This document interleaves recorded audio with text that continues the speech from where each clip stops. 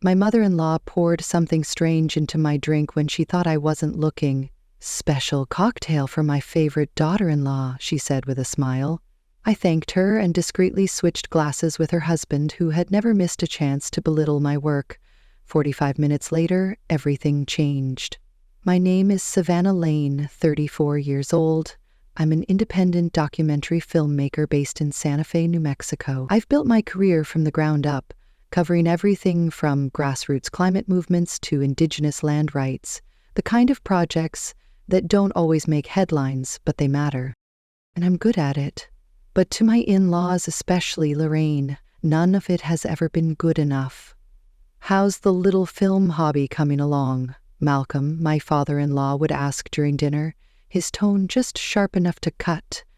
He's a retired federal judge, the kind of man who thinks respect is earned with court rulings and country club memberships. Every Sunday dinner at their Spanish-style estate felt the same. Lorraine would fuss over Ethan, my husband, while Malcolm grilled me on income and real job opportunities.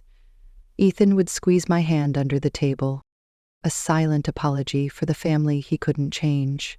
The week before Lorraine's birthday, I had just returned from 3 weeks in the Amazon rainforest filming a piece for PBS. I was still jet-lagged and sunburned, craving rest. But Ethan begged me not to skip the dinner. "Just a couple of hours," he promised. I should have trusted the knot in my stomach when Lorraine cornered me in the kitchen. Her eyes darted nervously before she handed me the glass. Her fingers trembled slightly. "I made it special just for you," she said too sweetly. Something wasn't right. But I had no idea how deep the rot really went. We met 6 years ago at a film festival in Santa Fe, where my short documentary was being screened. Ethan was finishing his master's in environmental science, and I was just beginning to make a name for myself with freelance projects that captured untold human stories. We connected instantly. He understood my need to document the world through a lens, and I admired his quiet dedication to protecting it. But his parents? That was a different story. From the first time I met them, Judge Malcolm Holloway made it clear he had expected someone different for his son. Someone with a steady office job, a 401k, a company car. In other words, someone like him. Lorraine was more subtle but no less sharp. She'd praise my documentaries in the same breath she'd ask when I planned to transition into something stable. She'd invite me to family functions, then introduce me to guests as Ethan's friend, the filmmaker, instead of using the word wife. For years I tried to win them over. I brought artisan wine to dinner. I casually mentioned the grants I'd won, the networks that aired my work, the NGO clients that kept calling me back, but nothing changed their perception. To them, I wasn't a partner. I was a phase Ethan would eventually outgrow. Last Christmas, I overheard Lorraine on the phone with someone, I think a cousin. She could have married Ryan, you know, doctor, family money, but instead she chose the creative one. The way she paused before creative made it sound like a chronic illness. Malcolm was less delicate. When Ethan and I told them we were planning to start a family, he pulled me aside. "Kids are expensive, Savannah. You might want to think about getting a real job before bringing one into the world." I never told Ethan about any of this. He loved his parents, flaws and all, and I didn't want to force him into choosing sides, so I smiled politely, shook Malcolm's hand firmly every visit, complimented Lorraine's cooking, and I kept my hurt to myself. But there were signs I should have paid more attention to, like the way Lorraine always asked Ethan to help her in the kitchen every time I brought up a successful film screening, or how she accidentally left me out of the family holiday card last year, or the time Malcolm suggested Ethan consider therapy for his impulsive decision-making, staring straight at me as he said it. I brushed it all off, told myself they'd come around with time, but I was wrong. Lorraine would always ask Ethan to help her in the kitchen whenever I spoke about a successful documentary, as if changing the subject could erase my accomplishments. She'd accidentally leave me out of family photos, claiming it was a printing error. Then there was the time Malcolm suggested that Ethan seek therapy for his impulsive decisions, staring directly. Malcolm bragged about a new consulting deal he'd landed. Lorraine fussed over the gold-plated table settings. Ethan's brother Caleb and his wife Olivia made polite, empty conversation.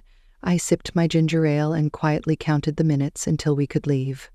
After the main course, Lorraine clapped her hands and announced, "I've made my famous sangria for dessert."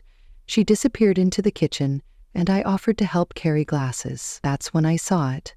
She had 2 glasses set apart from the others, crystal cut, just slightly different. As I entered, Lorraine quickly turned her back to me and dropped something into one of the glasses from a small vial. It wasn't a garnish. It was clear, odorless, and she tucked the vial into her sleeve the moment she heard me behind her. "Oh, Savannah, I've got this," she said with a rehearsed smile. "This one's for you. Special recipe for my favorite daughter-in-law." My stomach tightened. I looked down. There was a faint shimmer, like a film, floating at the surface of the glass. Barely visible, but there. "Let me help you carry these," I said casually, lifting both glasses before she could protest. Back in the dining room, Malcolm barely looked up from his phone. "Fancy sangria, anyone?" I offered. I placed the tampered glass in front of Malcolm instead of drinking it myself. He took a sip without question, too busy scrolling through stock updates on his phone. I made a quiet excuse about preferring water with dessert and sat back. 45 minutes later, Malcolm was pale, sweating, and clutching his stomach as he rushed down the hall. The violent echoes of his illness rang through the house. Stretching, crashing, groaning. Across the table, Lorraine's face went ghost white, her eyes locked with mine, wide and terrified. In that moment, I knew 2 things with unsettling clarity. She had tried to drug me. She knew I knew. I didn't flinch, didn't raise my voice, didn't call her out. I simply ate my slice of chocolate cake, watching the panic swirl around us. Ethan bolted to help his father. Lorraine stammered something about bad seafood. Caleb and Olivia stood frozen, unsure what to do. In the chaos, I slipped the untouched glass meant for me into my coat pocket. My heart was calm, but something inside me had shifted. This wasn't rage. It was cold, focused resolve. I wasn't going to scream. I wasn't going to accuse, but I was going to make them see themselves. That Monday, I took the glass to Damon, a former client who ran a toxicology lab in Albuquerque. He raised an eyebrow when I handed it to him. "Personal or professional?" he asked. "Family matter," I said. 3 days later, he called. "Savannah, there were benzodiazepines in that drink. Not lethal, but enough to knock you out for hours. Might have caused memory gaps. Where did you get this?" I thanked him, asked for a written report, and avoided the question. That night, I told Ethan I wanted to skip Sunday dinner for a while, said I had to focus on a film grant proposal. He was disappointed, but supportive. I wasn't ready to tell Ethan the test results. Not yet. I needed more information first. Over the next 2 weeks, I started digging. Lorraine Holloway had overlapping prescriptions for Xanax from 3 different doctors. She had been doubling, sometimes tripling her dosage for years. Rumors swirled around town. Strange outbursts at a neighbor's garden party. Whispers of stolen jewelry from the country club locker room. Stories the Holloway family had spent a lot of energy and money trying to bury. I compiled everything. And then I waited. My chance came when Ethan casually mentioned, "Mom's trying to redo her social media. She actually asked if you could take her new profile photos. Isn't that weird?" I nodded slowly. "Sure, why not?" That Saturday, I arrived at their estate alone. Camera bag in one hand, a sealed envelope in the other. Lorraine greeted me in her usual mask of elegance, expensive dress, perfect blowout, a face too polished to be warm. "Malcolm's at the club," she said, waving me toward the sitting room. "Before we start," I said gently, "I thought you might want to see this." I handed her the envelope. She opened it slowly. Inside, the toxicology report, plus printouts of her multiple prescriptions. Her hands began to shake. "This is absurd," she whispered. "I would never—" "We both know what happened," I interrupted. "But why, Lorraine? Why would you do this?" Her face hardened. The mask cracked. "You're not good enough for my son," she spat. "You never will be." She stood straighter, her voice rising. "A wife should offer security, not documentary films about deforestation." "And drugging me? That's your version of security?" I asked, calm but firm. "It wasn't going to hurt you," she snapped. "Just make you sick. Make you miss that ridiculous screening you kept talking about. I just needed Ethan to see that you're unreliable." I let her words sit in the air. Cold, calculated. "You're going to tell Malcolm what you did," I said, steady and clear. "Then both of you are going to start treating me with respect, not because you've changed, because the alternative is your son learning the truth about who his parents really are." Lorraine laughed, but the sound was hollow, brittle. "He'd never believe you over us." I picked up my camera bag. "Maybe not," I said quietly. "But he'll believe the lab report, the prescription records, and the neighbors you've alienated for years." I paused by the door. "Are you really willing to bet your relationship with Ethan on that?" I left without taking a single photo. That night, Lorraine called Ethan in tears, claiming I had been inappropriate, aggressive, and hostile during our photo session. Said I made her feel unsafe in her own home. When Ethan confronted me, I realized I couldn't hide the truth anymore. I showed him everything: the toxicology report, the prescriptions, even the text messages from Lorraine, snide remarks that had grown more vicious over the years. "My mom wouldn't do this," Ethan kept repeating, but the conviction in his voice wasn't there. The next day he went to confront them, alone. When he came back home, his eyes were red and tired.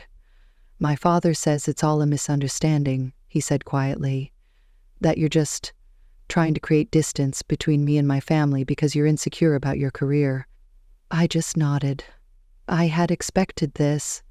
"What do you think?" I asked him gently. He didn't respond. He simply crawled into bed, his back to me. I had pushed back. I had stood up for myself, but somehow I had fallen deeper into their trap. Now I was the villain in their carefully crafted narrative. And worst of all, they had managed to plant doubt in the one person whose opinion mattered most to me. For 2 weeks, Ethan barely spoke to me. He went to their house alone. Ethan came home with red-rimmed eyes and a storm of silence that said everything. I threw myself into work, locking the door of my studio and pouring every ounce of emotion into editing, sound design, anything to drown out the weight pressing on my marriage. Then one afternoon, a plain brown package arrived. No return address, just my name, Savannah Lane, scrawled across the top in unfamiliar handwriting. Inside, a USB drive and a handwritten note. "You should see this. Olivia Caleb's wife." I plugged the drive into my laptop, not knowing what to expect. It was security footage, grainy but damning, from the Holloway's home, time-stamped, the night of the dinner. There was Lorraine, alone in the kitchen, clearly pouring something into a glass. There was me entering, taking the glasses. There was Malcolm, drinking from the tampered one. But that wasn't all. There was more footage, captured later, after Ethan and I had left. Lorraine was screaming at Malcolm, furious. He drank the wrong one. "This is your fault." And then Malcolm's response, "This isn't the first time you've done something like this." I watched that part 3 times, trying to process what I was seeing. This wasn't just confirmation of what Lorraine had done to me. It was proof that Malcolm knew and had known for a while. The next file was from 2 days after the dinner. Lorraine and Malcolm in the living room, arguing again. "He knows what you did," Malcolm said. "So what?" Lorraine snapped. "It's his word against mine. Ethan will never choose her over us." Her tone was chilling, calculating, cold. "And if she does," Lorraine added, "then she's not the daughter I raised." Then this. "Don't worry," she said. "I've already started talking to Ethan about their marriage problems, planting seeds. By the time I'm done, she'll be filing for divorce and thinking it was her idea." I shut the laptop. My hands were shaking. This wasn't just a vendetta against me. It was a systematic effort to control Ethan's life, to isolate him from anyone who didn't fit their narrow, curated world. They had been doing this for years. I picked up the phone and called Olivia immediately. "Why did you send this to me?" I asked, my voice barely steady. Her reply came after a long silence. "Because they did the same thing to me when I married Caleb," she said quietly. "They spent 2 years trying to break us up, said I wasn't good enough. It almost worked.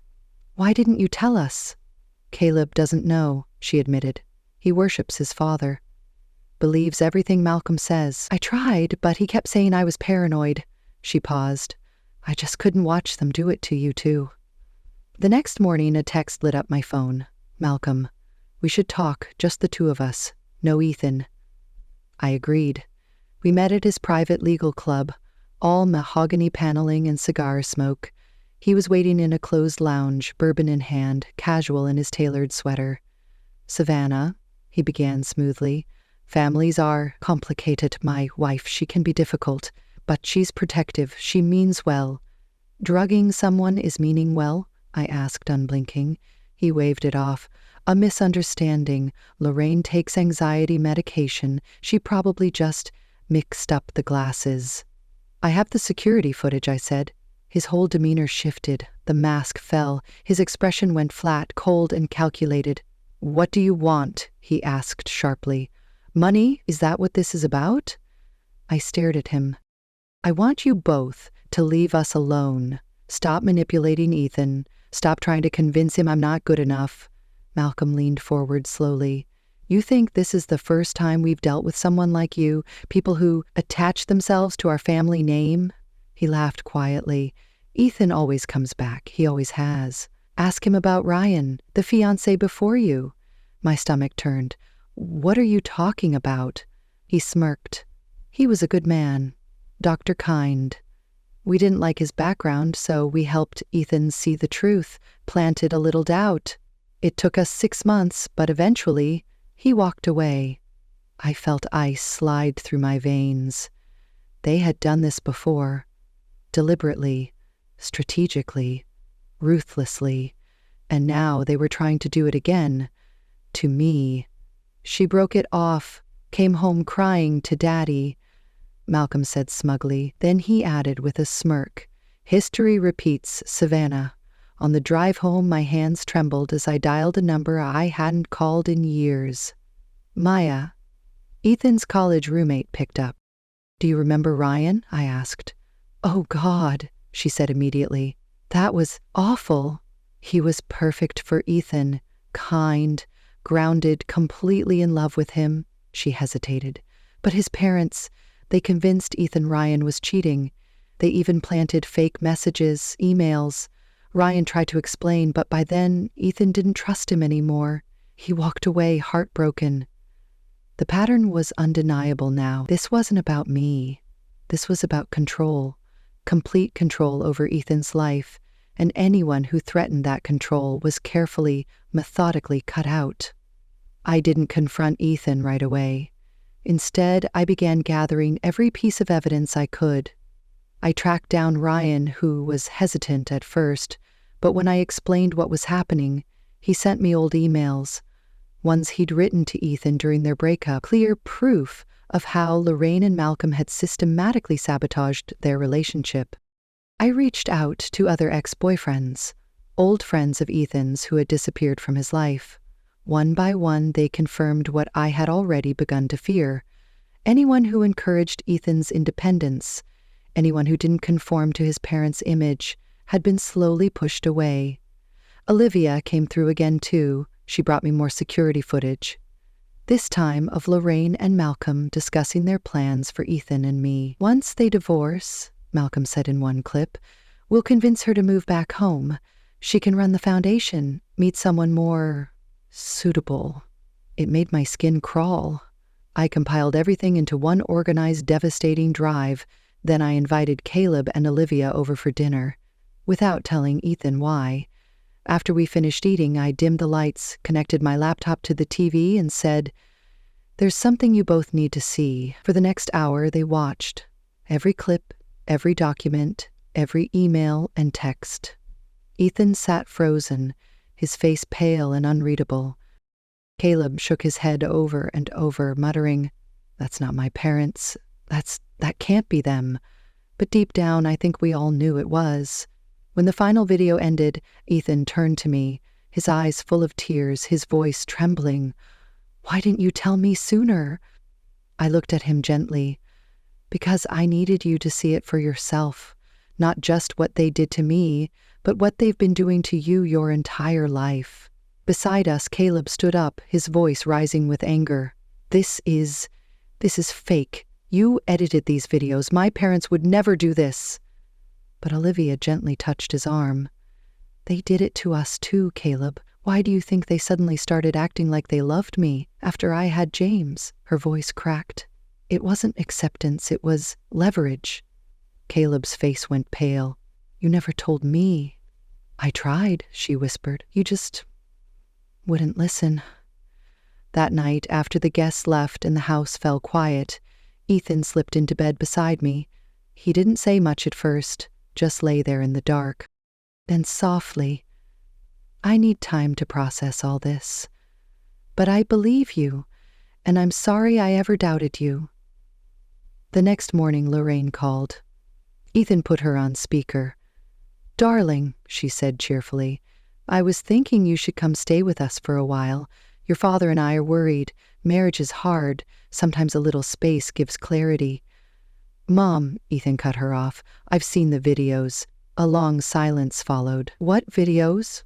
"The footage," he said evenly, "of you drugging Savannah's drink, of you and Dad plotting to sabotage our marriage." Another pause. Then Lorraine snapped. "Whatever she's shown you, it's been manipulated. You know Savannah has always been jealous of our family." "Stop." Ethan's voice was calm but unshakable. "We're coming over tonight. All of us, Caleb, Olivia, Savannah, and me. And we're going to talk. As a family, no more lies." After he ended the call, he looked at me. "They're going to deny everything.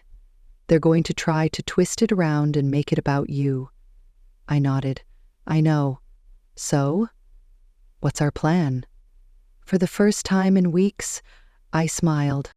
"I think it's time your parents met the real me, the one who doesn't just tell stories, but knows how to expose the truth." That night, we arrived at Malcolm and Lorraine's estate with my camera equipment in hand. Caleb and Olivia were already seated stiffly in the living room, tension thick in the air. Malcolm looked smug, like he was about to resolve some trivial misunderstanding. "I understand there's been some confusion," he said, swirling bourbon in a glass. "No," I interrupted, setting up my tripod in the center of the room. "No confusion, no misunderstanding." "What are you doing?" Lorraine snapped, rising from the couch.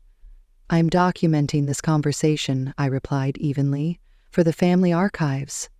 "This is private family business," she objected sharply. "Exactly," I said. "And I'm family. Even though you've both worked very hard to make sure I never felt that way." For the next 2 hours, we laid everything bare. The drugged sangria, the gaslighting, the sabotage of Ethan's previous relationships, Ryan, the emails, the manipulation, the lies, the control. Every time Malcolm or Lorraine denied something, I calmly pressed play. Footage, text messages, emails. Each denial grew weaker, each defense more desperate, their carefully built facade cracked piece by piece. Finally, Ethan stood up. His voice shook, but it was firm. "I love you both," he said. "You're my parents, but what you've done is unforgivable. You don't get to control my life anymore." Caleb nodded beside him. "We're adults. We choose our own partners, our own path." Lorraine began crying, but it wasn't sorrow. It was panic, the look of someone losing control. Malcolm just stared, silent and stunned, like he couldn't believe his sons were no longer obedient children. As we prepared to leave, I walked over and handed Malcolm a USB drive. "This contains everything. The footage, the emails, the testimonies. It's yours to keep." He narrowed his eyes. "What's that supposed to mean?" "It means I'm not going to ruin your reputation," I said calmly, "because doing so would hurt Ethan, and I would never do that." I paused, then added, "But if you ever try to interfere in our marriage again, if you ever try to manipulate Ethan or speak against me to him, this will go to your colleagues, your bar association, your country club, and every PR firm in town. For the first time since I'd met him, Malcolm looked at me with something that resembled respect, not affection, not approval, but acknowledgement. "You're more dangerous than you look," he muttered. "No," I said with a steady smile. "If you ever try to interfere in our marriage again, if you so much as whisper doubts about me to Ethan, copies will go to every member of your legal circle, your investment buddies, and your spotless social club." For the first time since I'd met him, Malcolm Holloway looked at me with something resembling respect. "I underestimated you." "Yes," I said simply. "You did." 6 months passed. Ethan and Caleb began therapy, working through the wreckage their parents had quietly inflicted on their lives for decades. Malcolm and Lorraine kept their distance, offering the occasional polite text, but importantly, respecting the boundaries we had drawn in stone. Then, around the holidays, they sent out an invitation. "A fresh start," it read. Ethan looked conflicted. "They're still my parents," he said softly, "and it seems like they're trying." I agreed to go, but I wasn't naive enough to believe they'd truly changed. When we arrived, everything appeared normal. Lorraine had prepared a lavish feast. Malcolm was oddly charming, asking about my latest projects with what could almost pass for genuine curiosity. After dinner, he gestured for me to join him in the study. "I have a proposition for you," he said, pouring me a glass of scotch. "I've been thinking about your career, documentary filmmaking. It's done well for you, but have you considered diversifying?" He smiled. "I could bring you into my firm, junior partner track. The salary would be substantial." I took the glass but didn't drink, just let the silence settle. "Why would you do that?" "Your family," he said smoothly, "and I respect how you handled the unpleasantness. You protected Ethan and stood your ground.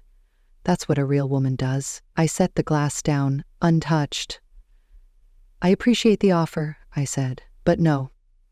His smile tightened. "Savannah, be reasonable." "No," I repeated, looking Malcolm dead in the eye. "This isn't an olive branch, it's another attempt at control. You can't buy me, and you can't stand that Ethan loves me exactly as I am." He dropped the pretense, his voice lowering to a hiss. "Don't be a fool, everyone has a price." I stood slowly. "That's where you're wrong, and that's exactly why you'll never understand your son." I walked back into the dining room, where Lorraine was flipping through old photo albums with Ethan. "Look at these," she was saying. "You were so happy when you lived at home." Ethan glanced up as I entered. He saw something in my face. I gave him the slightest nod. He stood and cleared his throat. "Mom, Dad, we have something to tell you." Everyone turned. "We're having a baby," he said. "Savannah and I. I'm 3 months along." The shock on their faces was real. For once, they hadn't planned the script. Lorraine recovered first, rushing to embrace her son with watery eyes and trembling hands. Malcolm approached more slowly. His gaze flicked between Ethan and me. "Congratulations," he said, stiffly. "Thank you," I replied. Then I leaned in, lowering my voice so only he could hear. "This child will never be a pawn in your games. I promise you that." His expression hardened, but he nodded. He understood. As we drove home that night, Ethan reached over and gently squeezed my hand. "They'll never change, will they?" "No," I said quietly, honestly. "But they'll have to accept that we have." 3 weeks later, a certified letter arrived from Malcolm's attorney. Inside was a deed to the house we'd been renting for years. Also enclosed, legal documents establishing a trust fund for our unborn child. No note, no signature, no conditions, just a clean, irrevocable transfer of assets. It wasn't an apology. Malcolm wasn't capable of that, but it was something else. It was, perhaps, the only kind of acknowledgement Malcolm Holloway was capable of, but it was enough to confirm. We had won. Our daughter was born that summer. We named her Eliza, after my grandmother. When Malcolm and Lorraine came to the hospital, they brought gifts. They cooed over the baby, took a few photos, and left. No parenting advice, No lectures about finances or practical careers, just distance. Months passed, and our relationship with them settled into something calm. Not close, not warm, but civil. They never apologized for what they'd done, but they also never again tried to undermine Ethan's independence or dismiss my work. One evening, I was in my studio editing footage from a recent assignment when Ethan walked in, holding baby Eliza on his hip. "My mom called," he said. "She wants us to come for Christmas." I looked up from my screen. "What do you want to do?" He sat down beside me, bouncing Eliza gently. "I think we should go, but on our terms. We stay in a hotel, we leave when we want, no unsupervised time with Eliza." I nodded. "Sounds reasonable." Then he added, eyes softening, "You know, I used to think success meant making my parents proud, getting their approval, living up to their definition of success." He looked down at Eliza, then back at me. "Now I know. It's about making choices I can be proud of, standing by the people I love." 2 weeks before Christmas, a large envelope arrived in the mail. It was from Malcolm. Inside, a glossy brochure, his firm's annual report. My photographs were featured throughout: landscapes, portraits, architectural shots, the work I had done on my own terms, without compromise, without his influence. Tucked inside was a short handwritten note. "Hired the best photographer I know. Thought you'd want a copy." It wasn't gratitude. It wasn't reconciliation. It was something else. Respect. The quiet, wordless kind. The kind that doesn't ask for thanks because it already knows the answer. It was his way of acknowledging that I was successful, not on his terms, but on my own. I didn't call to thank him. We both understood what it was really about: new boundaries, a new reality. That spring, I opened my own gallery in downtown Santa Fe. At the grand opening, Ethan stood beside me, holding Eliza on his hip. My parents flew in from Oregon, friends, clients, artists. The space buzzed with people who had believed in me long before the Holloways ever learned my name. Lorraine and Malcolm came too. They arrived late, stayed briefly. Lorraine held Eliza for a moment under Ethan's watchful eye. Malcolm shook my hand, glanced around the gallery, and gave a short, sincere nod. He didn't offer advice. He didn't suggest improvements. And for once, he didn't try to rewrite the story. That night, as we locked up, Ethan turned to me. "Do you think they've changed?" he asked. I thought about it, really thought about it. "No," I said finally, "but they've accepted they can't change us." I smiled. And sometimes, that's enough. Later, we sat on our porch, watching stars spill across the New Mexico sky. Eliza slept upstairs, her breathing soft and even through the baby monitor, and it hit me, something I'd never fully put into words before. I hadn't won by beating Malcolm and Lorraine at their game. I'd won by refusing to play, by standing my ground, by protecting what mattered, by building a life around truth, not tactics, love, not leverage. And in the end, that was the most satisfying revenge of all. Living well, on my own terms, with the family I love beside me. The story of Savannah Lane teaches us that true strength lies not in confrontation, but in quiet courage, unwavering clarity, and the power of truth. She didn't seek revenge through chaos, but through calm, calculated integrity. Savannah refused to let manipulation define her worth or her marriage. Instead, she exposed deception with grace, protected her family with fierce love, and redefined success on her own terms. The lesson? You don't have to play by someone else's rules to win. Sometimes, the most powerful victory is choosing dignity, standing firm, and building a life no one else gets to control.